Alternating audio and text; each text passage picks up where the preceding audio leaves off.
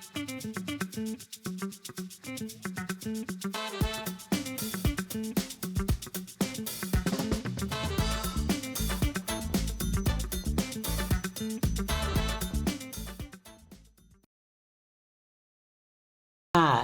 my name is Memory Pines, and this is Speaker of Peace.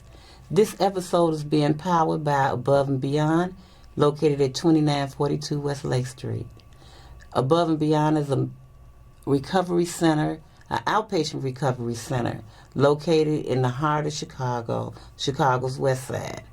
And this facility helps many people come and get help in many different ways. They meet you where you are, and if you come to this facility, you'll be doing yourself a favor. Anyway, today's topics is kind of close to home and real important to Chicago and our society. I want to talk about the teen takeovers, and I also want to talk about the takeover on the trains.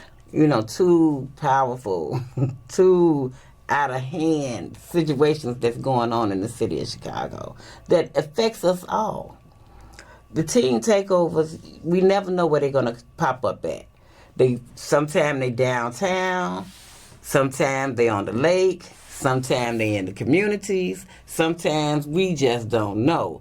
We know that they know how to use social media and they know how to draw in crowds. But when they get to these crowds, it turns into just wild mayhem. People's property is being damaged. The streets are being shut down. The commuting, people are scared. It's just a lot that these teenagers are doing, and it's not the right thing. So a lot of things that you hear on the news that City Hall wants to charge the parents, send them to jail, give them tickets and fines, and on parents that's already having a difficult time just paying the rent, keeping food in the refrigerator, and getting back and forth to work if they going to work, And a lot of times they can't take anymore. They are met already with dire needs. Just trying to keep the family together and their households intact. But that does not exclude them from being responsible from their children. Because I have had to be responsible for mine, as though many women and men has had to be responsible for what their children have done. From breaking out a window or messing up somebody's grass. We got to be parents and say, okay, my child did that. Do you know where your child is tonight? I remember coming up and when the street lights came on, you better been on that porch when your family called you. But today's teens, they screaming for help. And how do we help them? Because we want our children to be successful in life. We don't want them to go through the things that we went through. It's supposed to be progressing. It gets better and better. And they shooting our teens down with the proms. Like they go on prom and now they on the social media talking about the ghetto proms. But if these kids can go from kindergarten to high school, and Lord knows when they go through these high schools sometime, and 8th grade, middle school, these kids are facing some issues that I don't think that we even capable of even dreaming of. It's some of our deepest nightmares. These kids are really going through something to get through these schools. Get to school and get through school. And then they have these lavish proms, and I think, personally, they deserve it. They deserve to have that one dream that this is the day that they get to get everything that they wanted for a day. It's like a Cinderella dream for them. And for to be on social media and knocking these kids down, and it's like everything that we we see them do positive, we want to take something from them. And that's not the way to be. But we got to come together as a community and give them some relief, some ways to cope, some ways to grow up, some ways to manifest the anger, the stress that they're going through, because they are going through some things. It's not like when we had many people seeing to our needs, seeing that we made it to school, seeing that now they got little signs talking about safe passage.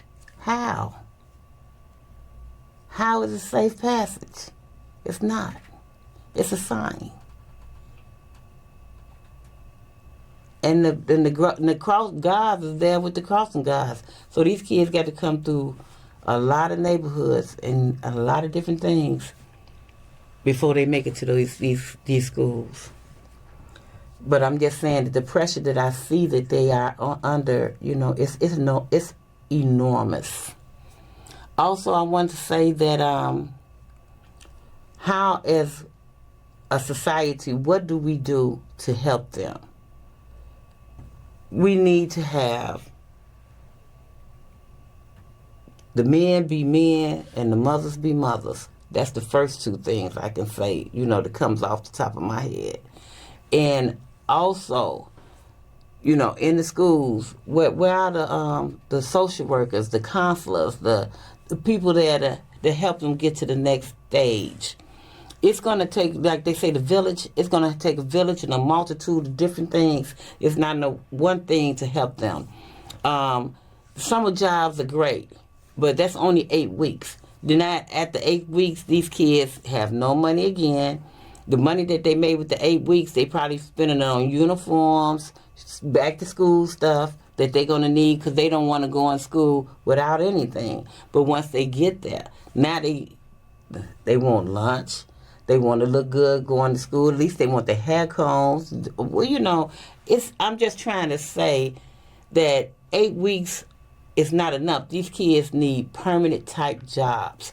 They need to have after school programs. They need to have some resources set up for them to get to the next level. The resources for these children are slim to none, and they shouldn't be. This is one of the biggest cities in the world. We should be able to funnel some kind of money, some kind of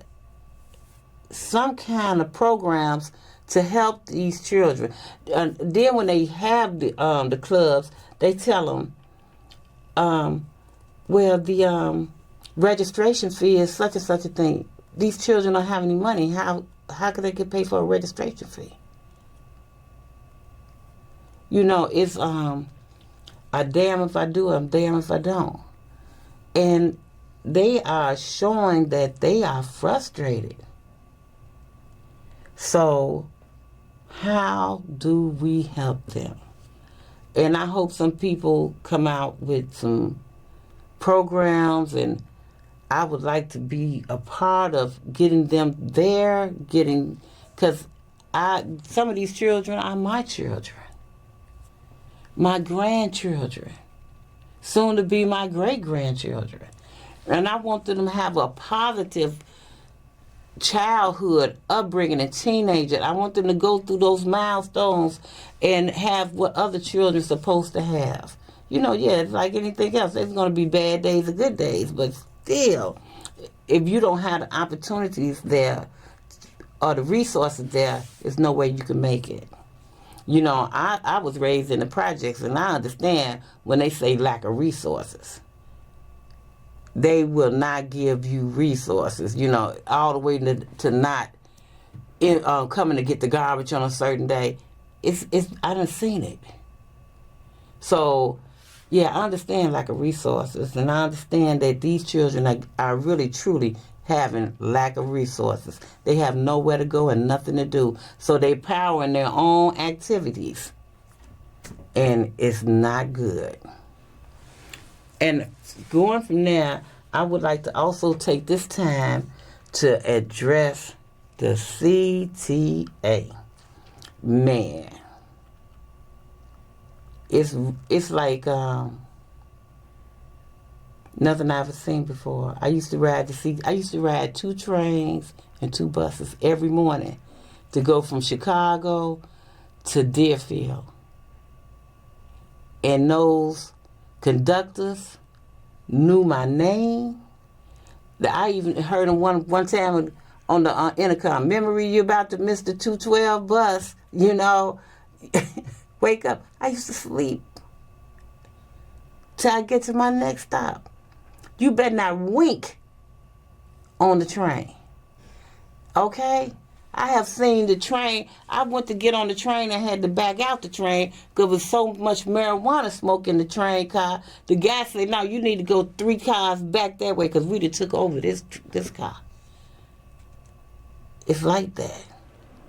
You don't know what you're going to get on that. In the morning, you get on, if you get on the blue line, now you got the homeless people. They sleep everywhere. Nobody is asking them to get off. The security is none. Until something happens. Just like they show the man who threw burnt up the lady on the train. It was wrong, most definitely. But you plainly can see that man had mental issues. Deep untreated mental illness. It didn't take a rocket scientist. Even the kids said he looked like he got some mental issues. Yeah.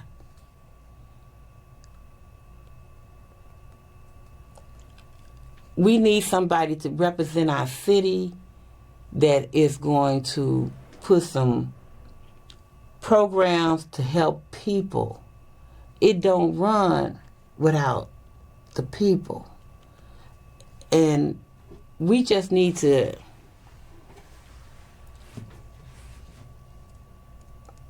there's so many people using drugs, trying to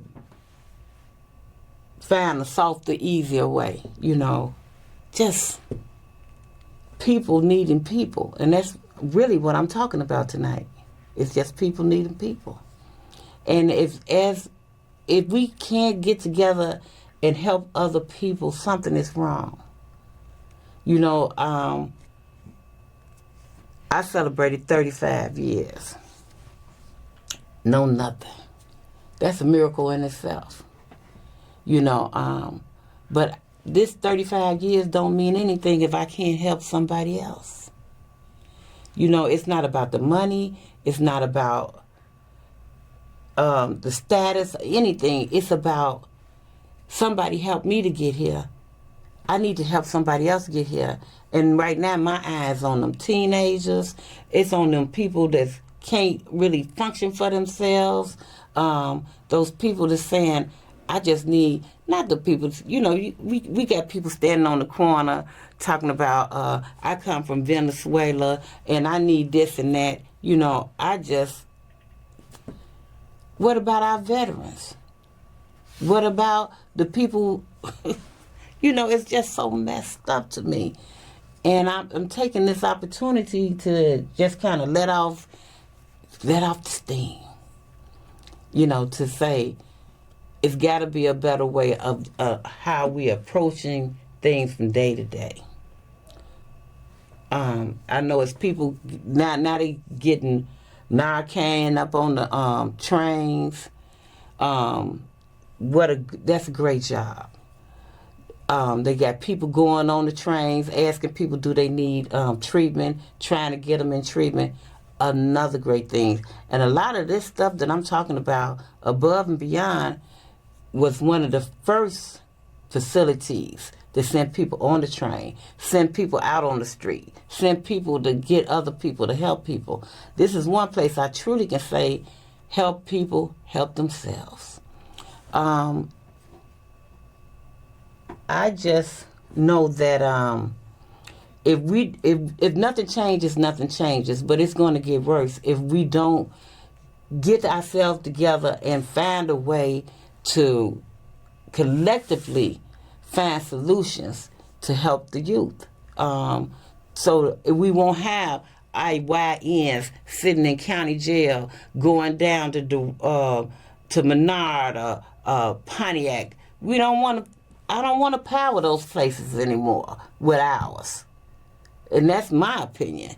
I don't want to see our young ladies, 4 and 5 babies, no fathers in sight. I want them young ladies to go down there to Spelman or Howard, they can go to UIC, because some of these young ladies are quite bright, and these young men are too. And I just think that it's set up for them for failure, and I don't want to see that happen again. To our people, and that's where I'm at with this. I'm quite nervous, as you all can tell. I have never done a show by myself, and might be all over the place. But the point I'm trying to say, when are we going to truly help each other get to that next step, that next level? Put everything together, I was raised in the black church, and I understand what it is to go to church and the church leaders. But I think that our leaders that we look at today are really out of touch of what needs to take place with these things. We need somebody that's going to be straight up, honest with them, and not take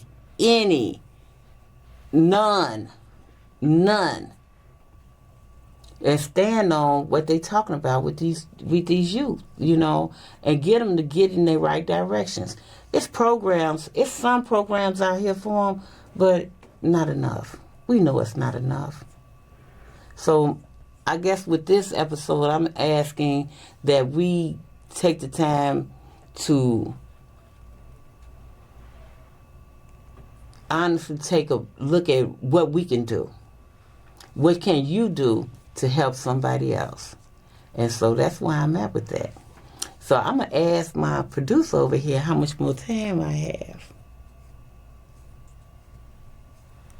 And she said I can keep going. And she said that I can keep going and let you know that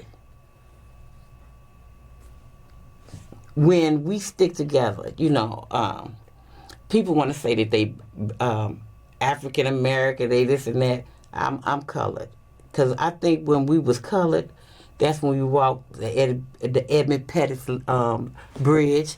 That's when we stuck together. That's when we went to Washington. We was colored people then, and that's who I am. I'm a colored person.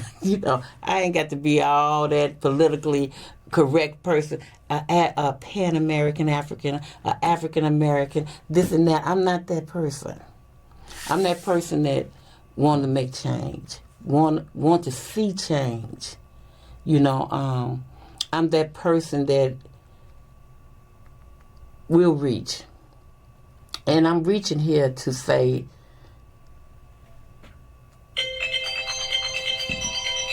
that I thought I cut it off. We're gonna keep going. Just cut it off. Okay, wait, I can't. Yeah, Muffy, you all right? I'm at my show. I'll call you back. Okay? You at your store? The show. Bye. I see you. Okay, bye. That's my daughter. She in Las Vegas. She's in the hospital. Ooh, so she was in. Okay. Okay.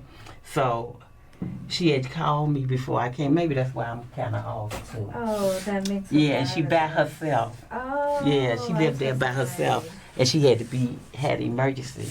Oh, wow. So they gave her a transfusion. Oh, man. I'm so sorry. No, you're totally Yeah. fine. Never, your mind's all over the place. That's understandable. Yeah.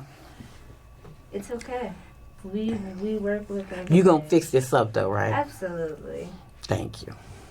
Okay. Yeah, so we can, man, that probably was like a few more minutes, but just keep going. We are just keep going for another 6 minutes.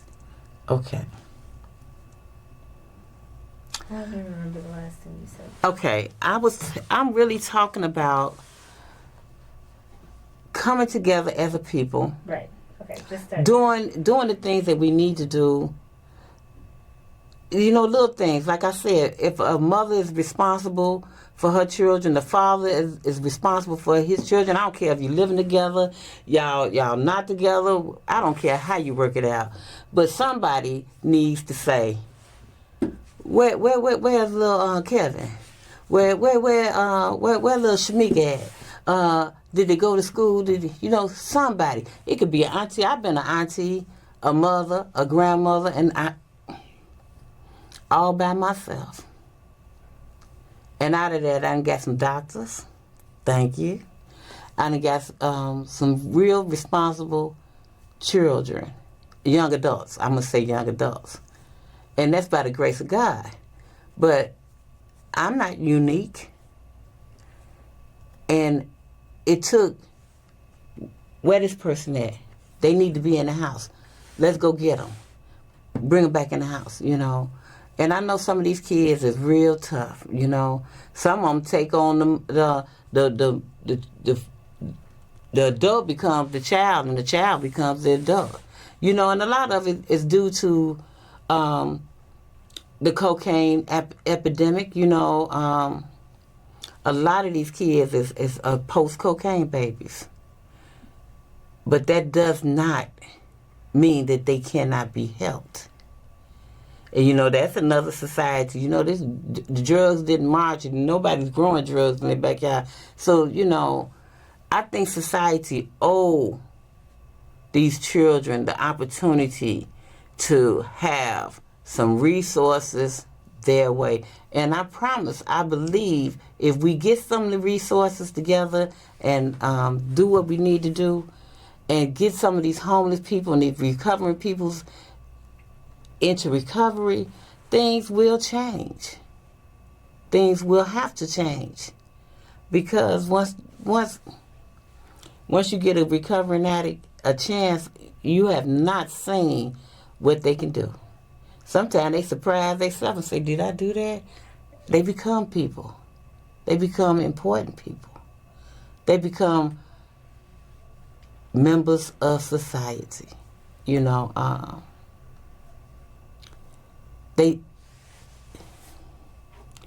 It's unlimited. The sky's the limit. And that's what it could be for the youth. Because they right there moving right into adulthood, So I have a lot of concerns with a lot of different issues, and I got a lot of personal opinions. And it's not to say that I'm poking holes in somebody else's program, because I'm not, because everybody gets the opportunity to believe what they want to believe and be who they want to be. And I want to be that person who helps another person, or be that person that stands on, old people used to say, you got to stand for something or you'll fall for anything. And I don't want to fall for anything. I want to fall for something worthwhile. And I think our children is it. Our young adults is it. And if nobody else ever spoke out for them, I'm gonna try. I'm doing that today. So this is what I got, and I do appreciate the opportunity to have this platform to speak on this matter through Above and Beyond. And they always have services going on there for people, adults, young adults, and it's pretty much a very well place to be. I could never say enough about it, And I really appreciate the opportunity again. And I want to say this is Memory Pines, and I'm still nervous. And I really appreciated this opportunity. And you all have a good night. And I'm going to say my little line. Get you some help. Reach out and get the resources, and you can get them at Above and Beyond, because the life you save may very well be your own. Have a great night, everybody.